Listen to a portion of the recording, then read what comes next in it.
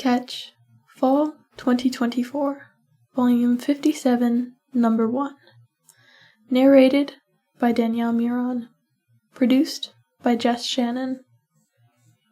The opinions herein expressed are solely the opinions of the authors or of Catch editorial staff. These opinions are not necessarily those of Knox College or of its faculty, administration, or student body. This edition of Catch is dedicated to Krista Vanderwist, Knox College class of 2021. Krista served on the editorial staff of Catch and Quiver during her time at Knox. These literary magazines were of great importance to her, and we pay tribute to her work through this edition.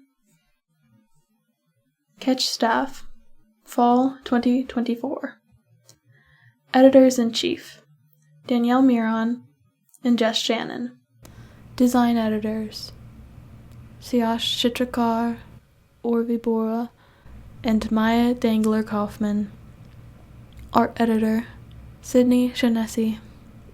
Creative Nonfiction Editor, Cole Songster. Drama Editor, Jay Porter. Fiction Editors, Jed Bothy and Anissa Mendez. Music Editor, Amira Siddiq.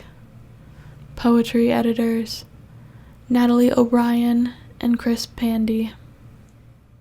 Letter from the Editors. For you. We didn't know exactly what to expect when jumping into the world of Catch.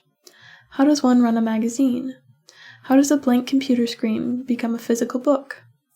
The answer is deep breaths and community. This book would not be complete without every single person who has ever, even tangentially, affected this magazine. Without you picking up this Catch, or any edition of Catch, none of this would exist. Without all the submissions, without all the editors, without all the faculty and staff and students, without the paper and the printing, without those who have supported us throughout the years, this would be nothing. We are so honored to hold this position and to be able to celebrate the work of the people around us. We do, honestly and truly, appreciate every submission that we receive. Catch would not be what it is without you. Throughout the making of this book, we won't lie to you. There were moments of frustration and times when we started laughing to keep the tears at bay. But there were also moments of unabashed joy. Open smiles and open hearts, quiet moments of contemplation within the chaos, and laughter from the sheer power of community. So many hands were joined to create this edition. We welcome you, our dear reader, to flip through this book, read portions, go out of order, shuffle it up. If you want to read it back to front, be our guest. This book is about you and your work, so let yourself be inspired. Play a little and have fun.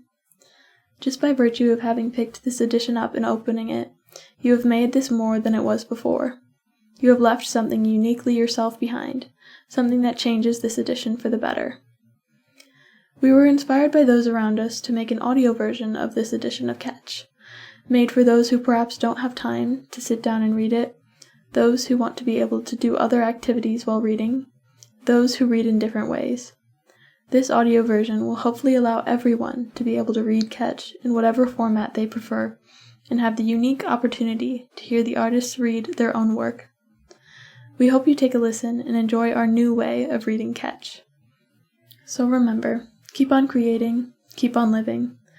There's still so much to see, and we'd love to have you around for it. With our warmest wishes, Danielle Miron and Jess Shannon.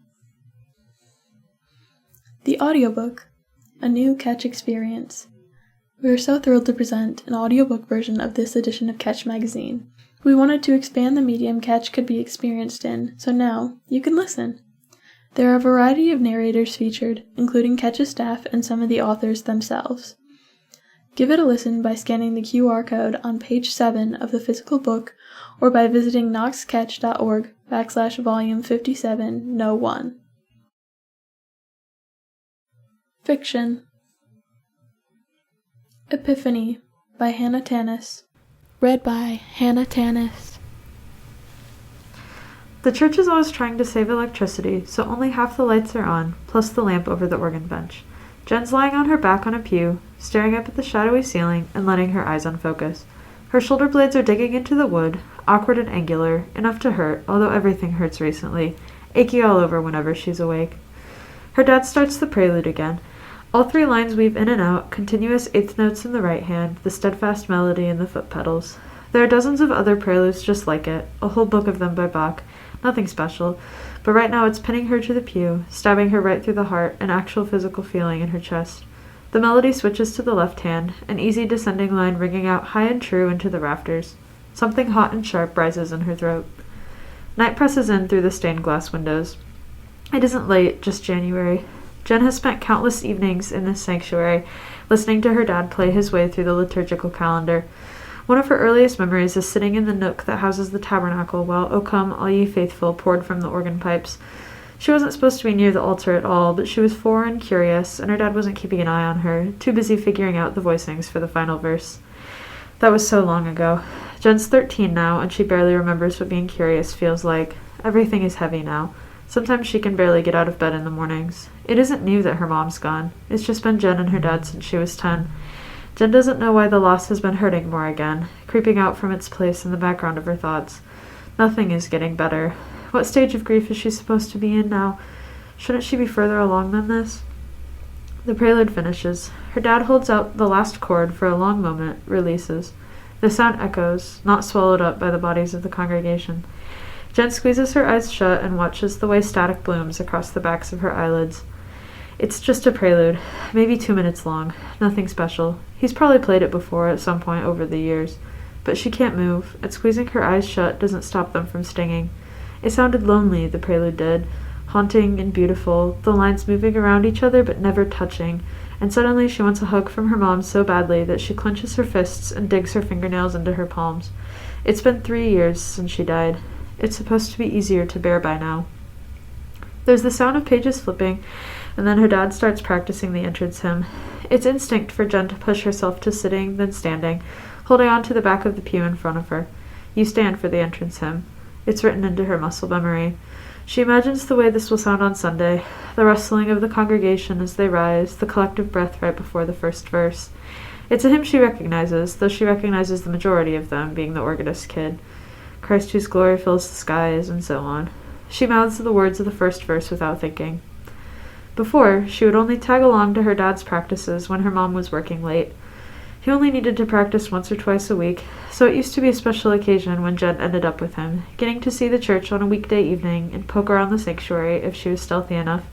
Sometimes she would practice walking the acolyte routes when she was in 4th grade and learning how to carry the candle, and she steps into the center aisle now, the entrance hymn moving her along. Her body still knows how to go through these motions. She hasn't been an acolyte since before they found out her mom was sick and spent a few terrible months in a whirlwind before she died. Her dad didn't play any services for the whole summer after the funeral, and when he finally touched the keys again, he never quite stopped. Now they're at the church more weeknights than not. He's too good to practice this much, but Jen thinks she gets it. You can't think of anything else when you're playing the organ, just the next note on the page, the position of your feet. She's been playing the piano since she was 5, under her dad's careful instruction, and she's not good enough to be effortless, but sometimes she can lose herself in a piece if she's played it long enough. Inevitably, though, her fingers will stumble. She has innately clumsy hands. Lately, everything feels clumsy and just out of reach. She hasn't been able to hold a thought, like her mind has retreated far back inside her skull. There's a space behind her forehead where her concentration used to be. In algebra class, the formulas slip away like water through a sieve. Mr. Whitlow passed back a test today, and Jen pauses in front of the altar, where the senior acolyte would stop to bow their head, tries to breathe through her nose, tips her head back, and stares up at the enormous cross on the wall. But now that she's thought of it again, she can't stop. She had flipped the test over and saw way too many red pen markings on the page, 68% written at the top. There was a weird ringing in her ears. An embarrassed, panicky flush started crawling down her neck. Mr. Whitlow was saying something, picking up a piece of chalk, but Jen was stuck, staring at the paper on her desk, failing to have any sort of coherent thought. Maybe she was reading it wrong. But no, it was still there after she blinked, D+ circled in red, evidence of a failure, of the fact that she couldn't hold on to anything, couldn't make the numbers do what they were supposed to. She had never failed a test before, and she couldn't ask her mom for help. Her mom had loved math, would ask Jen to tell her all about fractions or multiplication at the dinner table, would sit patiently at her shoulder whenever Jen was stuck on a problem, and work through it with her. 8th grade algebra is so much harder than anything in elementary school, though, and she's no good at asking questions anymore. When the bell rang, Jen slipped the test into her folder and her folder into her stack of textbooks and stared at the floor as she walked past Mr. Whitlow and out of the classroom. She didn't say anything about it. It's exhausting to say anything now, let alone about this, to admit that she failed, that something is wrong. She's just tired all the time, no matter how much she sleeps. The tension in her shoulders is perpetual. Jen focuses hard on the cross on the wall, this thing she's looked up at every week of her life, sometimes looking for answers in what it symbolizes, sometimes not. Her dad finishes the entrance hymn, and the silence until he starts the sequence hymn threatens to swallow her whole. She's already thinking too much, addressing her thoughts to she doesn't know what. Not God, maybe her mom. So she lets herself think about the other thing, the Maeve thing. It's so stupid. Jen knows how stupid it is, especially because the math test grade should be the biggest thing that happened today, but instead she's thinking about lunch right after algebra, watching her best friend stick her tongue out of the corner of her mouth as she drank through a straw. She's thinking about Maeve, with her red hair and brown eyes, an unusual combination that their biology teacher noted when he taught them Punnett squares. Maeve, who sat with her at lunch every year since first grade, even in the interminable, horrible stretch of time after Jen's mom died and it physically hurt to eat. Maeve, who seems to laugh every day, finding something or another to nudge Jen about, trying to get her to crack a smile. And today... "Hold still for a second, Jen," Maeve said, setting down her fruit cup. Jen wasn't really moving anyway, limbs still heavy and dull with the thrum of failure. She could almost feel the letter grade shining up at her from inside her algebra folder. Maeve reached out. For a crazy second, Jen thought she was going to cup her cheek right there in the middle of the cafeteria, and it shot a jolt of emotion through her, the clearest thing she'd felt in an hour. Maeve touched her fingertips to the side of Jen's face and brushed her thumb carefully over Jen's cheek. Jen stopped breathing. "Eyelash," Maeve explained, holding out her hand as proof. There was a dark curve across her thumbprint, a tiny piece of Jen settled on her skin. "Make a wish." Jen could still feel the phantom warmth of her fingertips, and wished. It was the same kind of jolt she's been ignoring for months.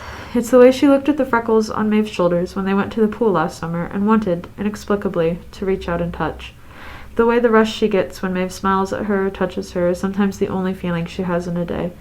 The way she feels secretly pleased when Maeve matches their steps down the hall, 2 pairs of black Converse in sync. The way she thinks maybe she wants to kiss Maeve. She's never wanted that before. It's not supposed to be a girl that makes her feel like this, but it doesn't feel wrong.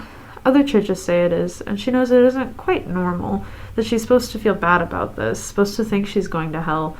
But she doesn't think that. It isn't turning her inside out. "Would you be mad at me?" Jen whispers underneath the last verse of the sequence hymn, not sure who she's addressing. Maybe the cross in front of her. Maybe not. When Jen was in 3rd grade, her mom had started sitting at the foot of her bed every night and asking Jen about her day, her friends, what she had done at recess. Jen had told her one day that she thought a boy in her class, Caleb, was cute. Her mom had lit up and hooked her. "Your first crush," she'd said excitedly. And from then until she got sick, the bedtime chats continued, just the 2 of them, Jen babbling about the ins and outs of life in elementary school. Sometimes her mom would ask if she could tell her dad about some of it, but mostly it stayed between the 2 of them. Nighttime conversations in the warm glow of Jen's lamp. Her dad studiously avoided any and all conversations about romance, except for begrudgingly watching a single rom-com with her mom every Valentine's Day. "It's girl stuff," her mom would say conspiratorially, and Jen would laugh, delighted by this thing they could share. Her eyes are starting to sting. Jen glances over at the organ, her dad haloed in the light, and feels like she's melting into the shadows, consumed by the yawning empty space between the altar and the pews. Even if she did want to talk about it with her dad, she wouldn't know how to start. It would be out of nowhere, awkward and strange in the first place, and she doesn't know how to say that she likes a girl except in those plain words, which she can't make her mouth form. Maybe if she still had those bedtime chats, she'd be able to say it, wouldn't think herself in circles about it. In the last 3 years, Jen has wished a million times that she could tell her mom just one more thing, a list that will never ever get smaller. She doesn't know if she would have wanted to tell her mom this, if she would have been scared of what her mom might think. Her mom loved going to church, said a prayer with Jen most nights. And the Episcopal Church has been pretty alright with gay people, but Jen can't remember if her mom ever brought it up. It probably would have been fine. But she doesn't know. Can't ever know. It's the latest line item in a list that Jen hates making. Her chest is tight, and she suddenly can't bear to be standing in front of the cross anymore, so she digs her nails into her palms again and walks back to her pew. Her dad starts the communion hymn, "Will you come and follow me?" and it punches her right in the chest, these words that she's always liked. "If I but call your name, will you go where you don't know, and never be the same, she mouths, and by the end of it she's crying. Never be the same, she thinks, over and over. She can feel the church all around her, the stained glass and the blue Epiphany wall hangings and the simple wooden beams of the rafters, the dim light failing to make it into the corners. Recently, being in the sanctuary has felt like a trap, like there's something in the walls that knows she stares up at her bedroom ceiling every night without praying, that she doesn't read the Bible except for listening to readings during the service, that she hasn't been to a youth group dinner in months, not since they canceled the first October one for a freak late-season tornado watch and she didn't remind her dad about the one 2 weeks later, that she hasn't tried to talk to God since she was 11 and realized there was no way he was listening. The tears are hot down her cheeks, and Jen pulls her knees into her chest and wraps her arms around them, trying to hold herself together, squeezing so tightly it starts to hurt, but it still doesn't feel like enough. She wants to hide, to get away from it all, to make everything stop, to quit thinking so loudly. If God is in this church, she doesn't like the way it feels. She's still crying when her dad finishes the communion hymn and moves on to the final one, but she doesn't think he hears her. She's gotten good at crying quietly. She presses her forehead against her knees, hard. The pressure doesn't feel good exactly, but it feels like something. She manages to take a breath that's almost steady, then another one, but even if she can stop the tears, it'll still be obvious that she was crying. Jen imagines her dad asking, "What's wrong?" And there are too many things wrong to answer that. Oh, only everything. Oh, only that nothing makes sense, nothing gets through the fog, and I can't ask my mom to explain the quadratic formula to me, so instead I just can't remember it. Oh, only that there are butterflies in my stomach when Maeve laughs, but everything else is always muted, dull and gray and dim. Oh, only that the prelude was beautiful and I could listen to it forever, but also I kind of never want to hear it again.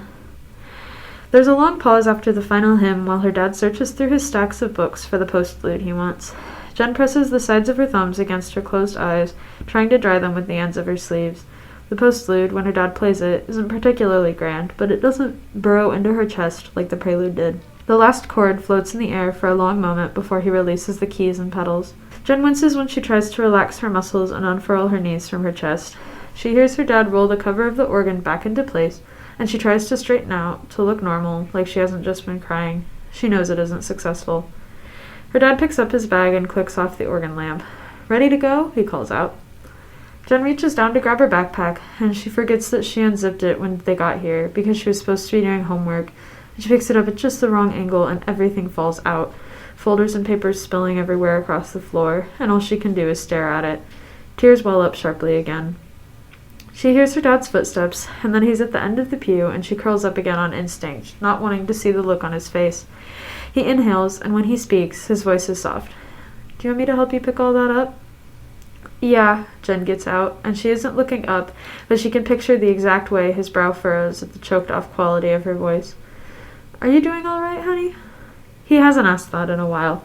She hasn't been talking to him, or anyone really, very much. He calls her honey because he always has. Her nursery had honeycomb painted on the walls, and she still sleeps with the stuffed bee she's had all her life. But he hasn't looked at her and seen her, really seen her, in a long time. She's become very good at rendering herself invisible, crying only in the shower and washing her face after. The nickname isn't clumsy, but the question is, and when she blinks, a tear falls out. It's so obvious, and more than that, embarrassing. All of it is embarrassing, her rubbed red eyes and damp sleeves, the failed test in her algebra folder, and the ghost of Maeve's touch on her cheek. Everything is wrong and making her huddle into herself, and a sob breaks its way out of her chest. "Oh, honey, come here," her dad says, and then he's sitting next to her and putting an arm around her shoulders, and she turns into him. He hasn't hugged her in a while, but there are some things you never forget, and the way your dad holds you just a little too tight is one of them. She tenses up even more, trying to swallow back the tears, and he rubs one hand across her back. "Shh, it's okay, you're okay." Her tears are soaking the fabric of his shirt, but her dad doesn't pull away. She can't breathe all the way, everything tight and jagged, and he starts humming, something he used to do when she was little to calm her down when she was crying. Jen can feel the vibrations in his chest. It's still just as soothing as it used to be. "Do you want to talk about it?" he asks hesitantly, when her breathing has started to even back out. Jen starts to shake her head, but there are words creeping up her throat, this strange new desire to say something, just get it out, give someone else part of the burden, to ask for help. "Please," she wants to say, "please help. I think I'm falling apart." The January night is pressing in cold and dark through the stained glass windows. thick in the half-shadowy sanctuary, and she can't get the words out. "There's an algebra worksheet I haven't done," she says unsteadily. Her dad must know that's not the whole story, but he rolls with it. "We can get you set up at the kitchen table when we get home." Sharp-edged panic sweeps through her, because she can't. "I don't know how to do it," she says, and her voice breaks in the middle. Her dad takes a measured breath. "I didn't know you were having trouble with math." "I don't know how to do it," Jen says again. "I don't know how it works, any of it. I can't hold on to anything. I don't know anything." "Hey," her dad interrupts softly. "It's okay. It's fixable." "Not everything," Jen whispers. His arm tightens around her shoulders. "Well, no, not everything." Jen clears her throat and shifts backwards enough that her dad gets the hint and lets go of her. "I need to pick up my stuff." "Let me help," he says, and Jen sniffles and rubs at her nose and nods. Only some of her folders spilled, thankfully not including her algebra folder, and it only takes a few minutes to pick everything up and get it back into place. She holds her algebra textbook for a long moment. "We can talk about your homework together when we get home," her dad says. "Two heads are better than one, right?" He's a music guy, not a math guy. There was a reason he always left the homework help to her mom. But he's all she's got. "Okay," Jen says. She zips up her backpack and puts it on while he gets his own bag, and she follows him to the sanctuary doors, pausing just inside them. Her dad turns the rest of the lights off, and Jen watches the cavernous ceiling blink into shadow. God isn't up there, or if he is, he's not paying attention. She doesn't know how to pray anymore, and she can't talk about what's really wrong, but her dad is here. He understood her enough. He was listening. She imagines, for a second, that she can see the music notes of the prelude dancing up to the heavens. Drama. Due to the nature of the form and the constraints of our equipment, we are unable to include any of the dramatic works within this edition of the Catch audiobook. Please make sure to turn to page 27 in the physical copy of the book to read the dramatic piece. Music. Musical Chairs by Cole Songster. 4 chairs are set nearby each other. There is one musician for each chair. They start in a line, but performers 3 and 4 can move their chairs as they see fit. 1. Person 1 taps a pencil on the chair. This sets the beat of the piece. It shouldn't start too fast or too slow, but can become whatever speed they like as the piece goes on. At least some of the changes must be rapid. 2. Person 2 is messing with a pile of papers. This can be anything from shuffling the papers to ripping them up. They should be doing this at a faster rate than the pencil taps. 3. Person 3 is moving around to make the chair creak. They are also free to make noises themselves, be they yawning, giggling, or cracking their joints. 4. Person 4 is rocking the chair and moving it through the performance space. Eventually, when they decide the time is right, they will let the chair fall over. This marks the end of the piece. Performers: 4. Props: 4 chairs, pencil, pile of papers. To view a video of the performance as intended, please scan the QR code on page 46 of the physical book or visit this edition's webpage. Now playing Don't Take Your Shoes Off by Brandon Roberts.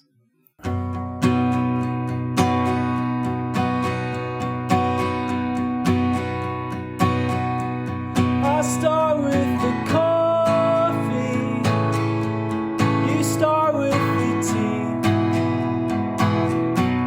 I ask for $1, you hand one to me.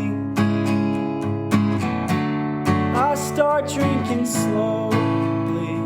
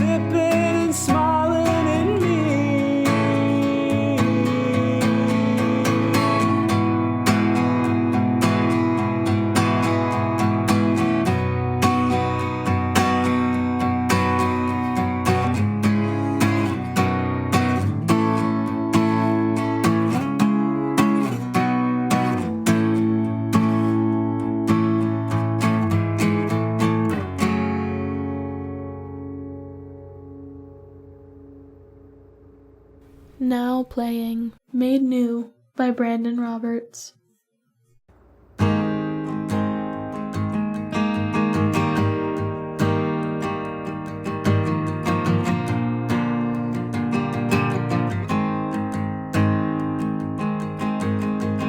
Melancholy minus its charms, you open both of your arms, and I am made new. In the morning I feel alright, maybe just a little less uptight. At least we have the view.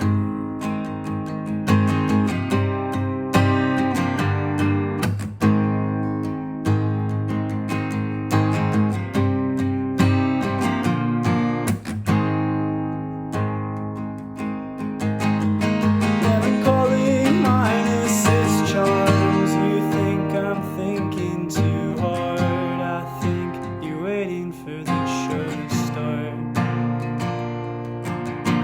So sit back, make your announcements. I'm pretty sure somebody found it lying in wait, covertly close to heart.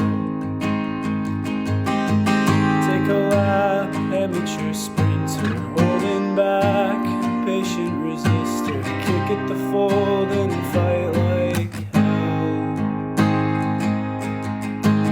Kick at the fold and fight like hell.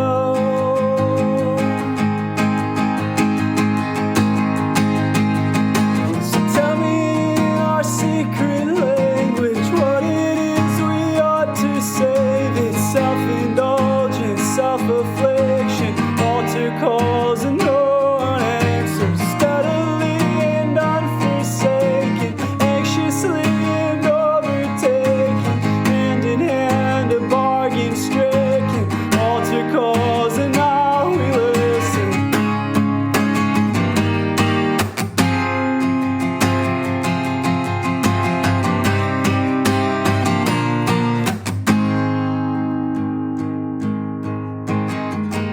Melancholy minus its charm, hand searching round in the dark.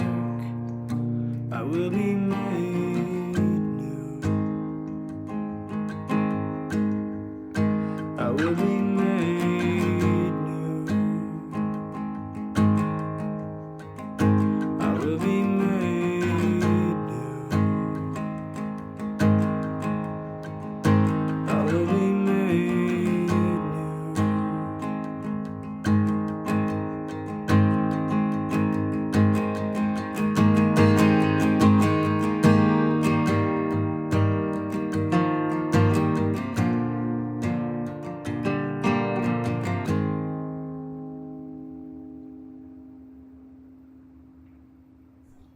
Poetry. Upon being gifted earrings intended for my grandmother, by Marli Messner. Read by Marli Messner. Juniper is a tree, but apparently also grows as a shrub, prostrate, pressed against ground or fence. I can't accept that ground cover, not as the trees I smacked to loose showers of little round berries, gin gray and precious as aquamarine. In March, my grandmother died. Birthday, gift her husband already bought, sent to me, across mountains in a box, to a place without such dust-split conifers, their seeds pooling as the rain we beg for. Iris stones, smacked blue, loose from the body of the ground. I turn over shrubs and find no fruit. I could dig, but I'd only find boulder bones of this biome, no skin silt for me to press my hands into. But I still pull blue rounds, size of pearls, and hold them to my ears, to my eyes, hoping to see through them my father as a boy by the ocean, hunting mussels and carrying rocks home. Maybe buried in the yard is something his mother remembered after he forgot, something precious. Like a tree planting itself, he leaves things behind. Does he see me too? Was he looking forward as I look back? Me, as a girl, burying handfuls of watercolored berries, hoping they'd grow once I'd forgotten. How much have we left buried? Will it grow too? And Still More Birth, by Marin Hart. To come to the end and pass it, push beyond all possible future and still have future more. This is the green honey spring, too good to be true, which all the while alive shouts nothing but endings. The peak only predicts the fall, the pit, the pear blossoms soon again to be trampled. This is all I can see, how death holds beauty in its mouth, then spits it at my feet like feathers onto the living room rug. I do not want this gift, I say, if it means what I think it does. Don't give me this sweet for nothing, this grief disguised as pollen glitter. I don't want your chocolate coins just to have to place them over your eyes. I want the heat that melts them in your palm. I want your hands on me and what the heat might remember. Obituary, Neligh, Nebraska, by McEntarffer.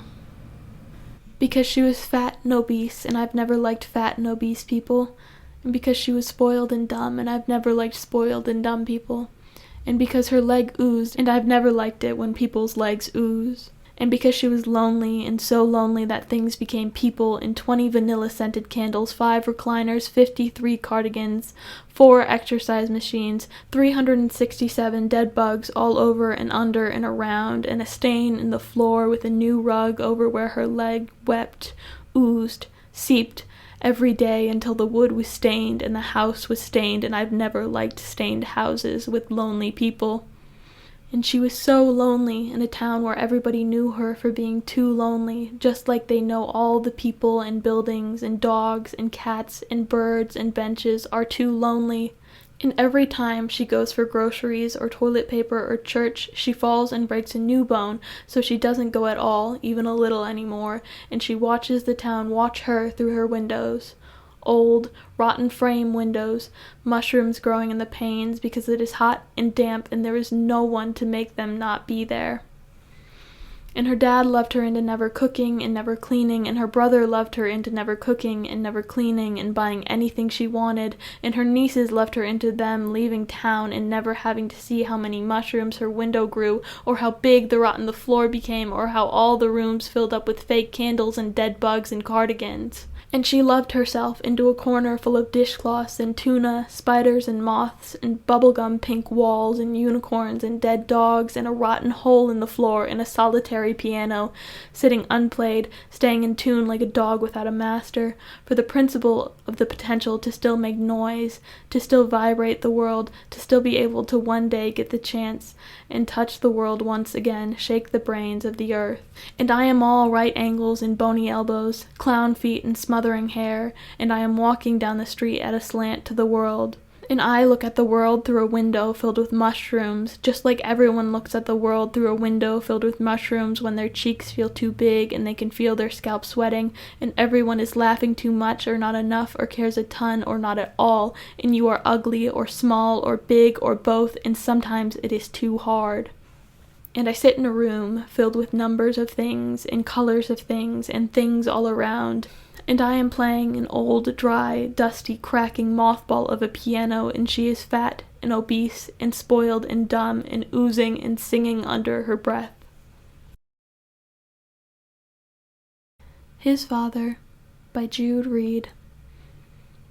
Alan knocked the ball right out of my hands. "Denied," he said gleefully. In the summer, we played basketball, hung out on the court, talked about what's cool, what's lame, how to get girls, how much it sucked to be out in the sun. But we didn't want to go home. Alan moved from New York, the Bronx. There, he assured me, he was a hero. People in St. Louis, they didn't know respect. They didn't respect a hustler. His father was a hustler. He sold t-shirts and bootleg CDs out of a cart. He still lives in New York. He was from Egypt, an immigrant. Alan says Egypt is in Africa. His father can say the N-word. Alan wanted to be just like his father. He didn't want to be like his mother, or even like me. He was a hustler. He wanted to live in New York and sell bootleg CDs and say the N-word. His father was coming to visit soon. So we played basketball. I listened to Alan and I knew his father. I knew the way he loved his father. Alan lunged towards me before he could make the layup. Here comes a red Toyota Corolla. Down rolls the window. His eyes were dark, sunken, fierce, predatory. His bald head dripped sweat. Pinpricks of hair split the beads down the middle. He bared his teeth. Spit shot towards us. He smelled of alcohol. He didn't say goodbye. And I saw Alan's eyes. I knew the way he loved his father. Poem Without Subtext by Jude Reed. A strong tower reaches to the sky, and shot screams with the sound of bells, overlooking the most brutal flatness. Plains interrupted by muculent mountains of snow. These mountains can lean on boarding houses, dull, rectangular, aching, packed with humanity, too much life in one place. All of these people, they don't say what they mean, they shoot each other glances, they have no periods or commas, they have incorrect indentation, their formatting confuses me. Homely women in their kitchens, more beautiful than Monroe, imbalanced men provide for their families as I could never do. All of these people, they look at me with contempt as I walk by. I jot down little hexes in my notebook and return to the confines of my room to shake my fist at subtext, cursing the darkness, for it does not bow to me. Coyote by Marli Messner. Read by Marli Messner.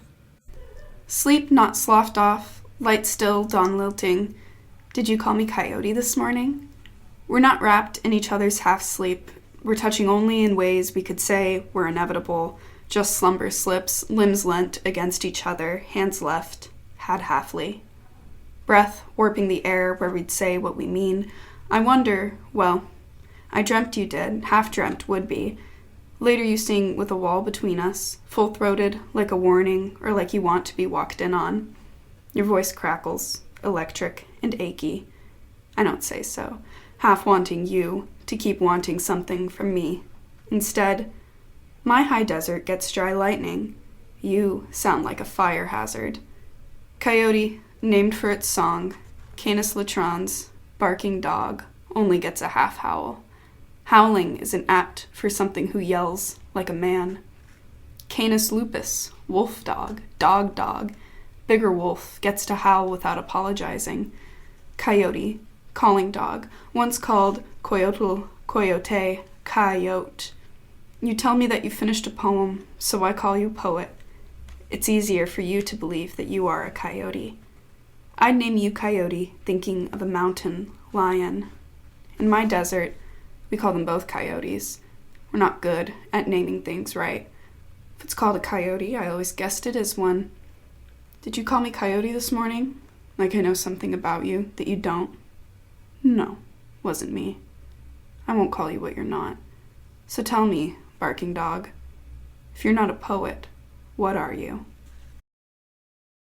Sonnet for Gaza, after Diane Seuss, by Marin Hart.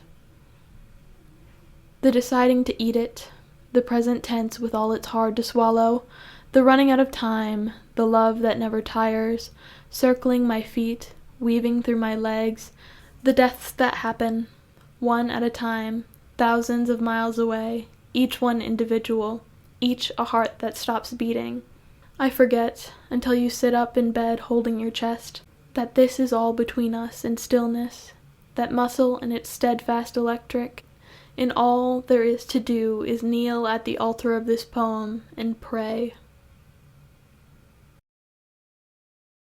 Art. To view the art pieces, start on page 65 of the physical book or visit this edition's webpage. Creative Nonfiction. Mailman by J. Porter. Read by J. Porter. I'm going to tell you a story about mail trucks. However, I must warn you that this is not an unbiased piece. I have a lot of personal stock in the mail industry, more than any rational person should. This is because I, narratively, should be a mailman.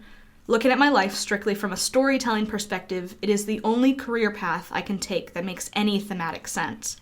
If I were watching a movie or a play where I was the main character and I didn't become a mailman, I would walk out of the theater. Her ending was obvious, I'd scream at the actors. You set her up so perfectly to become a mailman. Truly, it's the only path I could take in my life that tethers the unpredictable chaos of life back to any sort of purpose. This career would tie up all loose ends in my plot. In 10 years, if anyone I have ever known saw me delivering letters in their neighborhood in that silly little mail truck or read the news on my mom's constant Facebook life updates, they'd go, yeah, that checks out. The proper name for those silly little mail trucks, by the way, are the Grumman Lifelong Vehicles, or LLVs for short. I prefer to call them the Grummans. It gives them more character. The Grummans have been the official truck of choice for the USPS since 1987. If you have ever seen a mail truck in the United States, it has been a Grumman LLV model. Their designs are iconic, and in my humble opinion, perfect. They are instantly recognizable in both shape and color. The truck is, as you know, a stark white square with long side mirrors and a large USPS logo on either side, with easily movable doors for the ease and convenience of every noble mail carrier who embarks in this line of work. It is lovingly referred to as the tin box in many parts of the country, as well as in my household. You see, I love the Grummans. But on February 23, 2021, the United States Postal Service publicly announced that all Grummans would be phased out of the postal delivery circuit starting in 2023 and ultimately retired in the upcoming years after. I remember reading this announcement, affronted, during my father's belated 52nd birthday dinner. He wasn't as heartbroken about this as I was. While I knew the USPS had been contracting companies to build a new mail truck as far back as 2015, and even testing various prototypes since 2017, I never thought it would actually go anywhere. Much of the surprisingly heated discussion around the new trucks was surrounded in controversy and lawsuits. Opening news articles about yet another lawsuit that delayed the production of the new trucks felt like Christmas morning. I was elated I got to spend another month or year with my beloved tin boxes. But ultimately, a deal was finalized, and it was revealed that they had already sunk years into the new truck's production. After all this time, I just never believed they would actually go through with it. I read the article as if it was a joke between close pals, but alas, sitting around the dinner table reading that article as my dad blew out the candles on his German chocolate cake, I frankly felt betrayed by this trusted organization. I have a long history with the USPS. Even at the young age of 7, I understood the civic duty of a mailman. I remember repeatedly playing the Delfino Square level of Mario Kart Wii over and over again as a kid because of how town-like it was. The more town-like it was, the better I could play pretend. I always chose 100cc, the slowest speed. While all the CPUs raced, I drove up to every blocky door that no developer thought anyone would take time to actually study and pretended to give them their mail. I created stories for specific houses, family units, ages, careers. Being an only child, I always played alone, so there was no one to complain about the repetitiveness in the stage selection. This was before Nintendo decided that races needed to end after the 11th person passed the finish line, so I'd spend hours circling around, stopping carefully at each door, greeting the people, and handing them their mail. Right before I crossed the finish line, I'd turn it around and do it all again in reverse. I remember being obsessed with Phyllis the Pelican, the cranky nighttime postal worker from Animal Crossing. She was actively rude to the player and often joked about hating her job. I imagined she was like me, drawn to this calling, and that's why she never quit. She knew this was her destined profession. I remember reading The City of Ember by Jean Duprow for the first time in 5th grade. I was captivated by the setting of an underground city and the small quirks of how it managed to support life. What I was most captured by was the idea of being a messenger. Jobs were randomly assigned in this universe, and one of the main characters was selected to be a messenger, a pseudo-mailman, delivering messages to people in the underground civilization deprived of any faster form of communication. I loved the idea that even in this barren city's bleakness, there is a structure in place to ensure everyday contact would not be lost amid the depleting food supply and blackouts that plagued everyday life. The book ends with the messenger leading the town out to the surface, away from the broken-down subterrane. A fittingly heroic ending for such a noble profession. The City of Ember is the perfect story. After I finished it, I yearned to be a mailman. I romanticized the idea of having a career rooted in communication, being in charge of delivering messages sent from one side of the country to the other, the last clear bastion of hope during war and long-term power outages and pandemics. No matter how important its contents, rain or shine, the mail will always be delivered on time.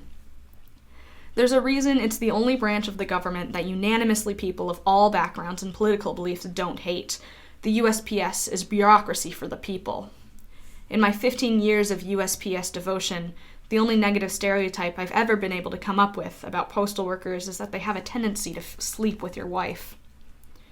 No one at Knox, not even strangers, would be surprised if I became a mailman. My suite mates laugh at the severity in my tone when I remind them that confusing the USPS as the UPS is a grave error. A friend's brother showed me a government auction website where I could buy an old Grumman model. I've been told that I am known on campus for my mailbag by people who I've never met. My mother has been supportive of this career choice as well, not because of any aesthetic fitting or narrative draw, but as a federal worker herself, she understands the benefits of working for the government.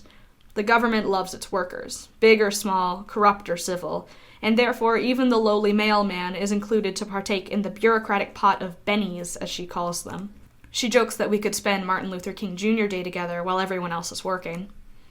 Anyways, I digress. Back to the mail trucks. After my father opened his gifts and I went to bed that night, all I could do was anxiously wait until the photos of the new truck surfaced. My mind exploded with possibilities. What kind of vehicle could possibly rival the iconic, sleek, friendly design of the Grummans? It had to somehow be more iconic, more sleek, more friendly to hold even a flame to the old trucks I'd fallen in love with.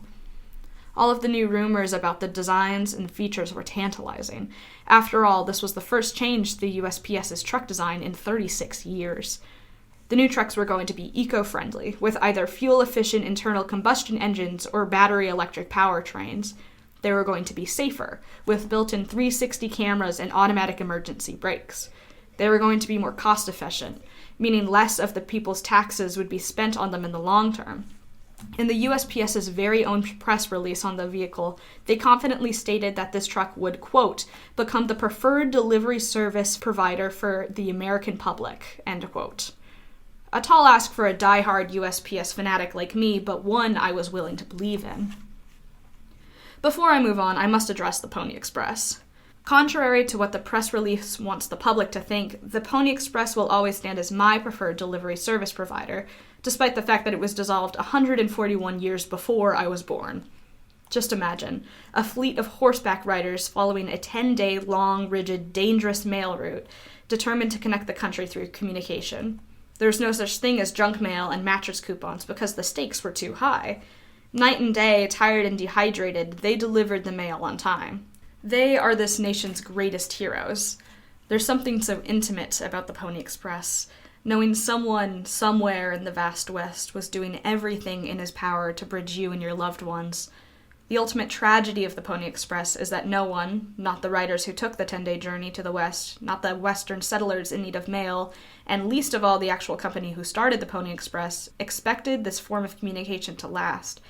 For how iconic it was, people are often surprised to learn the Pony Express only lasted 18 months, the length of time it took to construct nationwide telegraph wires.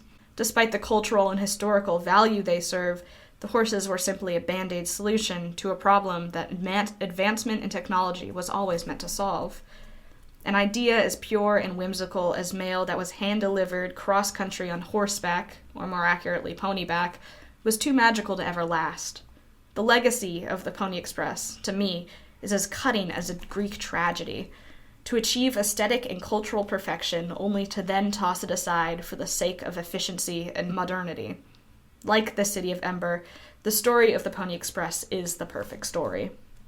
I wonder if my ancestors were as protective towards the Pony Express when the telegraph wires were being built as I am about the Grummans. Both will be remembered as a blip in the history of U.S. mail delivery. The moment San Francisco was able to communicate with New York, the writers were out of a job. Similarly, a truly repugnant portion of mail enthusiasts have been lobbying to scrap the Grummans since they were first manufactured. They were mass-produced using cheap materials and technology from the 80s, and it's frankly a miracle that any of them are still semi-operational.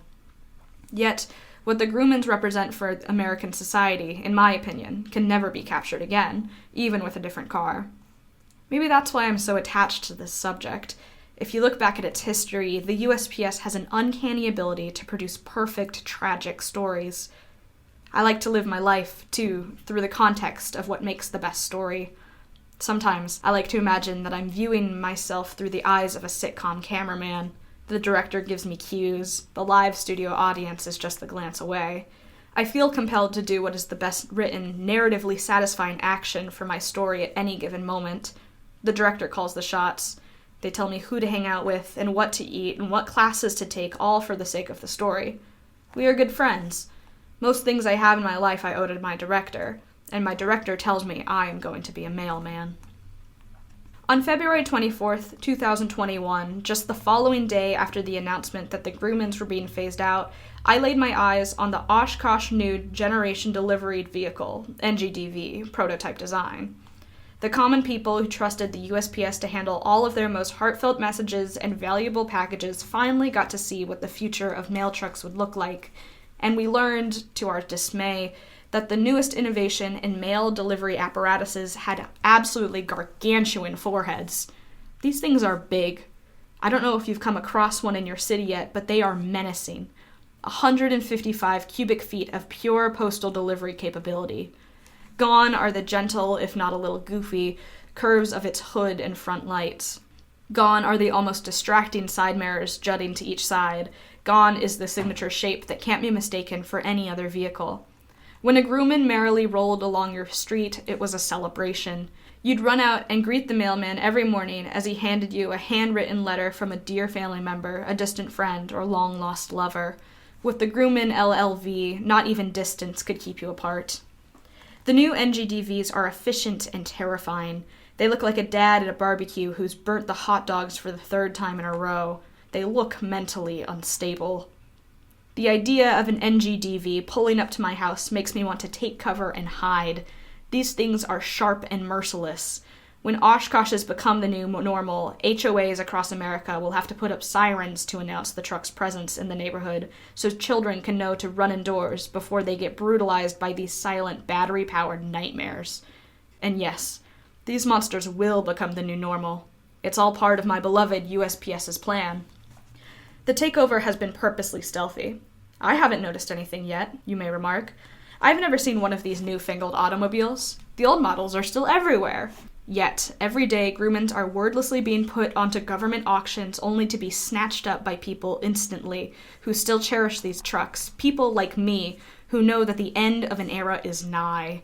Soon enough, there'll be Oshkosh NGDV wind-up toys on the market, as no child is ever too young to avoid male propaganda. My loyal old Grumman wind-up I bought on a pier in San Francisco still sits on my windowsill. Even the toy version of the Grumman has an air of eagerness, as if all I have to do is say the magic word and the toy will take off, soul-bound to deliver my message until the very last spin of its wheels. I look at the Oshkosh NGDV and I feel my stomach drop. I look at the truck and know I am no longer the USPS's priority. I look at that truck and I see the face of an ignorant nation. The NGDV announcement, for lack of better words, fucked me up. I had a hard time doing daily activities for days after I read it. It was no longer easy to imagine myself fulfilling the future my internal director had planned out for me without my metallic old love. As silly as it is, the make and model of the mail trucks are deeply important to me, and I simply can't imagine myself driving an Oshkosh down the road. I had never imagined myself as a mailman without the Grumman by my side. In the Grumman, I felt invincible. The director told me I was invincible. This net of safety the Grumman psychologically provided me was so important because as much as the director and my friends and family support me becoming a mailman, the universe has conspired against this fate. The most tragic part of being so sure of my future as a kid is the utterly Shakespearean realization that I had a deep-rooted fear of driving I only learned about when I was 15. What began as a gentle unease on the road and a couple bad cases of not being able to shake a tailgater turned into needing to pull over to sit and shake in the front seat. I was certain, for no reason at all, that I was going to die in a car accident. My mother has been affected by a fair share of crashes in her life. I remember my father's hoarse voice calling me when I was in 8th grade to let me know he couldn't pick me up from school because she was T-boned at our local gas station's intersection. That further instilled in me that the big one was always just around the corner. I remember visiting the grave of her best friend who died in college when hit by a drunk driver during our trip to Montana. I remember how shaky her fingers were as she passed her hand over his name.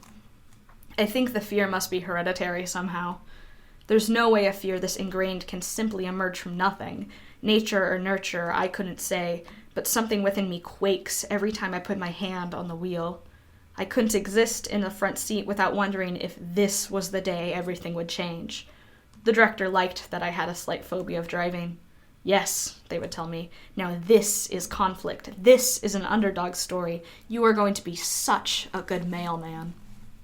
The day someone backed up into my car in my high school parking lot further confirmed my suspicion that something horrible was destined for me, and the universe mocked me further when later that same day I proceeded to do the exact same thing to a car in a different neighborhood. A hilarious comedy of errors if I wasn't already mortified by driving. Although the damage in both of those accidents was minimal, it just reaffirmed to me that every day I spent in my car without incident was just another day marked off until the inevitable. The big one was always chasing me, one step behind. In my junior year of high school, while waiting at the last intersection before my high school's parking lot, not 2 blocks away from my destination, a large Ram truck, ironically, rammed into me, going 40 miles an hour, ripping up the trunk and back seat, throwing my bumper to the gutter, and spraying shattered tail lights all across the street. The impact caused my hand-me-down car to ram into the car in front of me, who, in turn, rammed into the car in front of hers, resulting in a 4-car pileup that caused at least 2 other accidents on the other side of the road from teenage rubberneckers. I didn't see it coming, physically, but I knew the crash was coming the moment I got my license.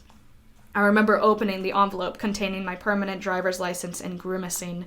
Part of me hoped that it would get caught in the USPS's processors and ground up before it arrived at my house. However, I knew perfectly well that wouldn't happen, as the rate of destroyed or lost letters in transit was only a fraction of a percent. I remember the song I was listening to as the truck hit. I remember the specific lyric, too. It was at the very beginning of the chorus. You know my name, you've seen my face. The driver was an oblivious 15-year-old that was texting and driving, yet somehow I felt like his truck was out to get me. The universe, the same fate that drew me to the mail industry, was enacting some sort of karmic destiny. You know my name, you've seen my face. I remember the smoke and the airbags. I remember the yelling. I don't remember what I was thinking. It all bleeds together to a blank slate, but I remember sitting on the sidewalk as my dad argued with our insurance providers, thinking, so this was it. I was left without major injury except a large bruise that took up most of my upper half, starting at my right jaw and traveling diagonally to my left hip. We called it Pangea for the way that it day by day would separate into smaller islands, remaining only on my most impacted skin. My button-up shirt completely split open in the collision, revealing my battered chest, but I didn't feel embarrassed about it until I realized how inappropriate I must have looked many hours later. The woman in front of me, and the man in front of her, got out and approached my car, pissed, expecting to reprimand me, only to find an exposed, bruised child wildly digging through the back seat of a smoky drunker, trying to locate her phone that was clearly in view on the passenger seat, still playing music. I remember for weeks afterwards riding passenger in my mom's car to school, taking the same path and seeing my bumper laying in the gutter that no one bothered to clean up, the tail lights still thrown around like confetti. Before we go on, I need to tell you about the small town of Lauren, because too many people assume that automated mail organizations misplace their mail way more than it actually happens. In a majority of cases, lost mail is solely human error. In 2019, residents in Lauren, Netherlands started complaining that their mail wasn't being delivered. It started as a one-off card from an aunt, certainly lost in the hustle and bustle of the Dutch mail organization system, but soon residents discovered that not even their taxes were coming through. And it wasn't just a couple of people, but hundreds of houses weren't receiving their mail. Citizens became suspicious of their fellow neighbors, causing many to spend mornings on the porch waiting to take their mail directly from the hands of the mailman. However, he never even arrived. The mystery remained unsolved until one Wednesday morning, a jogger noticed tire tracks leading to multiple large, unusual-looking mounds in a nearby forest on the outskirts of town. The police shortly arrived after, equipped with shovels, and to their surprise discovered months and months of mail buried deep under the surface. After all the letters and packages were unearthed, residents discovered that there had been thousands of unopened letters molding silently in the moist dirt of the Dutch forest. The mailman responsible was arrested, and when asked why he did it, he responded, "I did it once, and it felt good. Now it's just kind of what I do." And this is why, despite everything telling me that I should, I can't be a mailman. If anything, the crash and the fear would only make my story more satisfying, but I don't know if I have it in me anymore. Somehow, the promise of being in a grumman made me unafraid. I knew the grumman would take care of me in a way I know the Oshkosh can't, no matter how many safety features they install, no matter how gas efficient. As a kid, it all felt so simple. I felt the guiding hand of fate, or God, or the Postmaster General himself choosing for me, whispering in my ear, "Don't worry about your future, it's already been taken care of." But I just don't think it would be good for me, despite what the director cries. "You're not supposed to be mortified of driving," they yell. "You're going to be a mailman, for Christ's sake." What are you supposed to do with your life when the idea of committing to the only plan you've ever had fills you with dread? What do you do when the only organization you have ever truly loved betrays you? I saw my first Oshkosh in person this year. It all cemented for me. The realization hit. Even though I knew they were being distributed, actually seeing one confirmed to me, oh, they're real. They're going through with this. I couldn't drive for a week after seeing that. I still flinch when I hear the chorus of that song, "You know my name, you've seen my face." After I graduate, I can't see myself doing anything. I've written myself into a corner with no narratively satisfying way out. My professor tells me to try and publish a screenplay. My childhood best friend tells me she could get me a job as a barista in Portland. Another friend tells me working as a government clerk is mindless, and I could listen to podcasts as I sort through parking tickets. My mom likes that idea because I'd still be a bureaucrat. And while I am very fortunate to have so many opportunities, the director hates them all. The director tells me that if I am not a mailman, then I have failed my story. The only ending my director and I can see for myself involves the Grummans, no matter how phased out they will be by the time I graduate. Without them, we can't imagine any future at all. Except, sometimes really late at night, or during Knox's rotating career lectures, I have this fantasy about stealing one of the last Grummans from my local post office and taking it out into the Idahoan desert. There's a back road out of Boise and Tacuna where no one ever drives. I wouldn't be afraid on the open roads with the Grumman by my side. The breeze from the flimsy doors would cool me in the summer heat. I imagine passing the penitentiary and heading out to Bruno, where everything is covered in sand. I imagine the moon rising to the sound of the wheels spitting. I imagine running out of gas and getting out, careful to leave the headlights still on. I imagine climbing onto the hood to watch the night sky. The stars look better in the desert due to the lack of light pollution, but there's something about the sand whipping you so hard you have to wear a face covering that makes them stand out even more. I just see myself sitting there on the top of the truck until the battery dies and the lights flicker out. We're left in this dark, gazing at the desert stars together. The same desert stars the messenger from my favorite childhood book must have seen when she emerged from the underground city. The same desert stars the Pony Express riders must have seen venturing deeper and deeper into the west on their civic quest. I can never imagine the part where I return to civilization after that. Maybe I never do. Contributors' notes. Viola Boyd Brocker, Undecided, from Bend, Oregon, Class of 2028. Go sit by a big tree.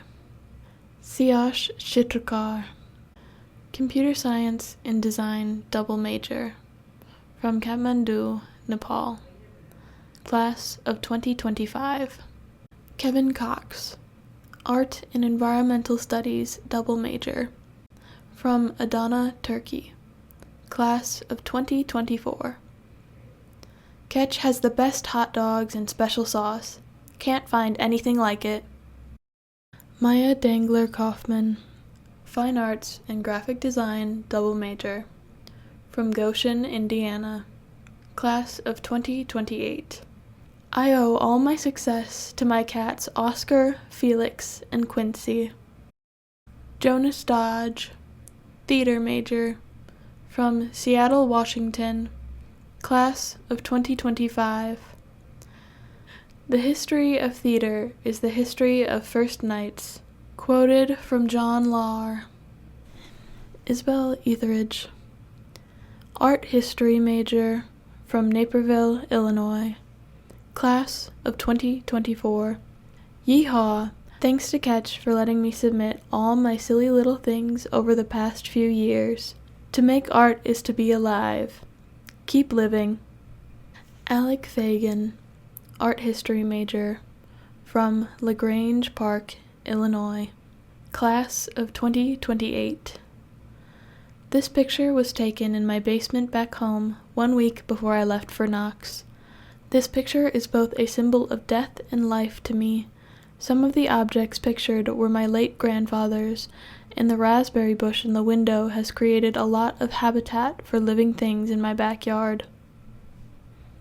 Marin Hart, Gender and Women's Studies major, from Houston, Texas. Class of 2024. Thank you, Ketch. I love you. Guy McEntarffer, English and Music double major, from Lincoln, Nebraska. Class of 2028. It is what it is. You are what you it. There are no mistakes. Quoted from Tom Robbins. Marli Messner, English Literature major from Redmond, Oregon, class of 2025. And what could be more important than this? Jay Porter, Creative Writing major from Boise, Idaho, class of 2025. Grumman Supremacy. Jude Reed, Undecided, from St. Louis, Missouri. Class of 2027. And I'm not done, and I won't be till my head falls off. Quoted from They Might Be Giants. Jillian Rochford, Studio Art major from Morton, Illinois. Class of 2026. See, for y'all, the sky is the limit. For us, the sky is just what we stand on to reach the beyond. Quoted from Tyler, the Creator. Brandon Roberts, History and Educational Studies double major, from Redmond, Oregon. Class of 2025. Thanks, Porter. Cole Songster, Theater and Creative Writing double major, from Portland, Oregon. Class of 2025. Little statements, marks of our time here.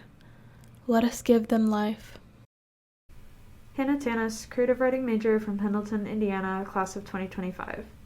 No matter how obsessed you've been with your own vanishing, there will always be someone who still wants you whole.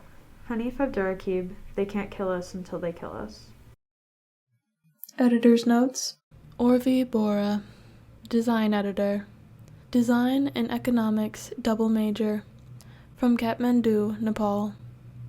Class of 2026. 3. Jed Bothy, Fiction Editor. English Literature and Creative Writing double major, from Oregon, Illinois. Class of 2025. Language is a murderous sort of weapon by which language commits suicide. Quoted from Tezvetan Todorov. Siash Chitrakar, Design Editor. Computer Science major, from Kathmandu, Nepal. Class of 2025. : close parenthesis. Maya Dangler Kaufman, Design Editor. Fine Arts and Graphic Design double major, from Goshen, Illinois. Class of 2028. Anissa Mendez, Fiction Editor. Creative Writing and Computer Science double major, from Rowland Heights, California. Class of 2025. The cruelest joke of the week was that the school semester kept ticking on anyway. Quoted from Nora Sakovich's The Sunshine Court. Danielle Miron, Editor-in-Chief. Creative Writing and German double major, from Grand Rapids, Michigan. Class of 2025. Because I am a foolish girl who prefers to choose hope. Quoted from Alexis Hall. Natalie O'Brien, Poetry editor, elementary education major, from LaGrange, Illinois, class of 2025. We did it. Thanks to the Catch team for all your hard work. Jay Porter, drama editor, creative writing major, from Boise, Idaho, class of 2025. Attention. There is a war being waged for your minds. Catchheads, we gotta do something about the quiver, cellar door, common room amalgamation coming for our budget. We either surrender into magazine instrumentality or we perish. Choose a side. There is no compromise in this bloody game of Knox College lit. Nobody is talking about this. What are they hiding? Chris Pandy, poetry editor, creative writing and English literature double major, from Lucknow, Uttar Pradesh, India, class of 2025. I caught this morning's minion, kingdom of daylight's dolphin, dappled dawn-drawn falcon. Quoted from The Wind Hover by Gerard Manley Hopkins. Jess Shannon, editor-in-chief, creative writing major, from St. Louis, Missouri, class of 2026. Whoa, we made a book. Thank you for being here with us. Sydney Shaughnessy, art editor, computer science major, from Wilmington, North Carolina, class of 2026. Quote, if I wasn't meant to recover from my mistakes, why on earth would I make so many of them? Unquote. Amira Sadiq, music editor, neuroscience and music double major, from Moline, Illinois, class of 2025.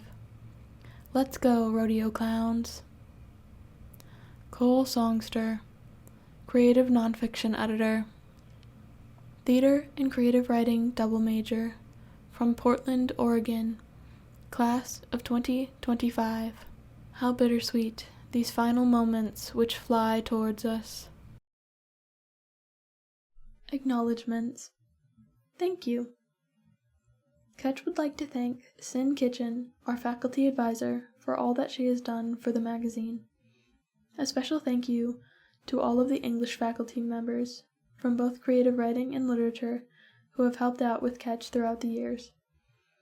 Emily Anderson, Roya Biggie, Gina Franco, Sherwood Corrali, Nick Reggiacorte, Chad Simpson, Robert Smith, Barbara Tannert-Smith, and Ryan Tracy. Thank you, all of you, for everything that you do. Ketch gives special thanks to Missy Kratz, the administrative assistant for the Campus Life office, as well as Richard Cole and all of the folks at Premier Print Group. Ketch also would like to thank President Andrew McGadney, Provost and Dean of the College, Michael A. Schneider, and everyone in the Office of Admissions. Ketch would like to extend a personal thank you to everyone who shared their work with us during the Fall 2024 submission drive. This magazine would not be what it is without all of you, so thank you. Thank you. And thank you to everyone, students, alumni, friends, family, staff, and faculty of Knox College, who read and support Ketch. This issue of Ketch is made possible in memory of Krista Vanderwist, Knox College class of 2021. Krista served on the editorial staff of both Ketch and Quiver during her time at Knox. Her works of poetry, as well as the time she dedicated to both of these magazines, is invaluable, and we thank her so much for all that she did. Knox's literary magazines were of great importance to her, just as they are to so many of us. We dedicate this edition to Krista. Thank you for listening.